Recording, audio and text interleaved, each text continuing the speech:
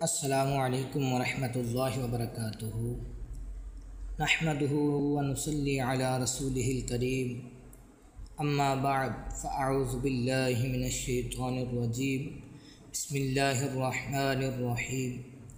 رب اشرح لی صدری ویسر لی امری واحلل عقدۃ من لسانی یفقہوا قولی۔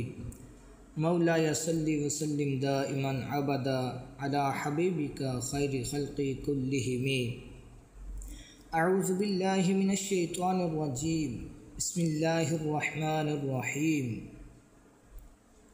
انا انزلناہ فی لیلۃ القدر وما ادراک ما لیلۃ القدر لیلۃ القدر خیر من الف شہر تنزل الملائکۃ والروح فیہا بإذن ربہم من کل امر سلام ہی حتی مطلع الفجر۔ صدق اللہ مولانا العظیم وبلغنا رسولہ الکریم، اما بعد فاعوذ باللہ من الشیطان الرجیم۔ آج میں نے قرآن حکیم کی تلاوت کرنے کا شرف حاصل کیا۔ اس صورت میں اللہ تبارک و تعالی نے شب قدر کے بارے میں انفارمیشن دی۔ انا انزلناہ فی لیلۃ القدر، بے شک نازل کیا ہم نے اس قرآن کو شب قدر میں۔ وما ادراک ما لیلۃ القدر، اور کیا تمہیں معلوم کہ شب قدر کیا ہے؟ لیلۃ القدر خیر من الف شہر، شب قدر فضیلت و برکت اور اجر و ثواب میں 1000 مہینوں سے بھی بہتر ہے۔ تنزل الملائکۃ والروح فیہا بإذن ربہم من کل امر، اس رات میں فرشتے اور روح الامین اپنے رب کے حکم سے خیر و برکت کے ہر امر کے ساتھ اترتے ہیں۔ سلام ہی حتی مطلع الفجر، اس رات میں طلوع فجر تک سلامتی ہے۔ اللہ تعالیٰ کا شکر ہے اور احسان ہے کہ جس نے ہمیں اشرف المخلوقات بنایا، جس نے ہمیں مسلمان بنایا، اس نے ہمیں ایمان جیسی نعمت اور ایمان جیسی دولت عطا فرمائی۔ اس کا احسان ہے ہم پر کہ اس نے ہمیں دین کی سمجھ عطا فرمائی۔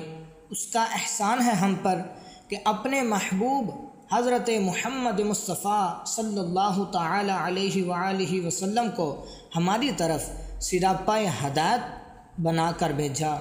ہمارے پاس ایسا کلام ان کے ذریعے بھیجا جو قیامت تک لوگوں کی رہنمائی کرتا رہے گا، اور وہ کتاب قرآن مجید فرقان حمید ہے جو رمضان کے مہینے لیلۃ القدر کی رات کو نازل کیا گیا۔ اس رات کو آپ صلی اللہ تعالی علیہ وسلم نے رمضان المبارک کے آخری عشرے کی تاک راتوں یعنی 21ویں، 23ویں، 25ویں، 27ویں اور 29ویں رات کو تلاش کرنے کا حکم دیا، اور آج اس سال کے رمضان المبارک کی چوتھی تاک رات ہے۔ ہو سکتا ہے کہ یہی شب قدر ہو جس کی اللہ کے ہاں بہت فضیلت ہے۔ حضرت عائشہ صدیقہ رضی اللہ تعالی عنہا نے فرمایا کہ جب رمضان کا آخری عشرہ آتا تو حضور صلی اللہ تعالی علیہ وآلہ وسلم اپنے تہبند کو مضبوط باندھ لیتے، یعنی عبادت میں بہت کوشش فرماتے، راتوں کو جاگتے اور اپنے گھر والوں کو بھی جگاتے۔ ایک اور حدیث ہے، حضرت انس بن مالک رضی اللہ تعالی عنہ نے فرمایا کہ جب رمضان کا مہینہ شروع ہوا تو حضور صلی اللہ تعالی علیہ وآلہ وسلم نے فرمایا کہ یہ مہینہ تم میں آیا ہے، اس میں ایک رات ایسی ہے جو 1000 مہینوں سے بہتر ہے، تو جو شخص اس کی برکتوں سے محروم رہا اور نہیں محروم رکھا جاتا اس کی بھلائیوں سے مگر وہ جو بالکل بے نصیب ہو۔ ابن ماجہ کی یہ حدیث تھی۔ ایک اور حدیث ہے، حضرت عائشہ رضی اللہ تعالی عنہا نے فرمایا کہ حضور صلی اللہ تعالیٰ علیہ وسلم نے فرمایا کہ رمضان کے آخری عشرے کی تاک راتوں میں شب قدر کو تلاش کرو۔ یہ بخاری شریف کی حدیث ہے۔ ایک اور حدیث حضرت عائشہ رضی اللہ تعالیٰ عنہا نے فرمایا کہ میں نے حضور صلی اللہ تعالیٰ علیہ وسلم سے پوچھا کہ یا رسول اللہ، اگر مجھے شب قدر معلوم ہو جائے تو اس میں کیا کروں؟ تو آپ صلی اللہ تعالیٰ علیہ وآلہ وسلم نے فرمایا کہ یہ دعا پڑھا کرو، اللہم انک عفو تحب العفو فاعف عنی۔ یہ ترمذی شریف کی حدیث ہے۔ آپ صلی اللہ تعالیٰ علیہ وسلم نے رمضان کے مہینے میں جن عبادت کو بہترین قرار دیا وہ ایک تو روزہ ہے۔ رسول اللہ صلی اللہ تعالیٰ علیہ وسلم نے فرمایا کہ جس نے رمضان مبارک کے روزے رکھے، روزے ایمان اور احتساب کے ساتھ رکھے، تو اس کے پچھلے سارے گناہ معاف کر دیے جائیں گے۔ الحمدللہ ثم الحمدللہ، اس نے ہمیں یہ توفیق بخشی اور ہم نے اللہ کے حکم کی پابندی کی اور تمام روزے رکھے۔ دوسری عبادت رمضان کی ساری راتوں میں قیام ہے، یعنی تراویح کی شکل میں۔ تیسری چیز میں جس پر بخشش کا وعدہ ہے وہ لیلۃ القدر کا قیام ہے۔ آپ صلی اللہ تعالیٰ علیہ وسلم نے فرمایا کہ جس نے لیلۃ القدر کی رات ایمان اور احتساب کے ساتھ قیام کیا، اس کے بھی پچھلے گناہ معاف کر دیے گئے۔ لہٰذا اس رات کی بھی افضل ترین اہم ترین عبادت سنت نبوی صلی اللہ تعالیٰ علیہ وسلم کے مطابق قیام اللیل ہے۔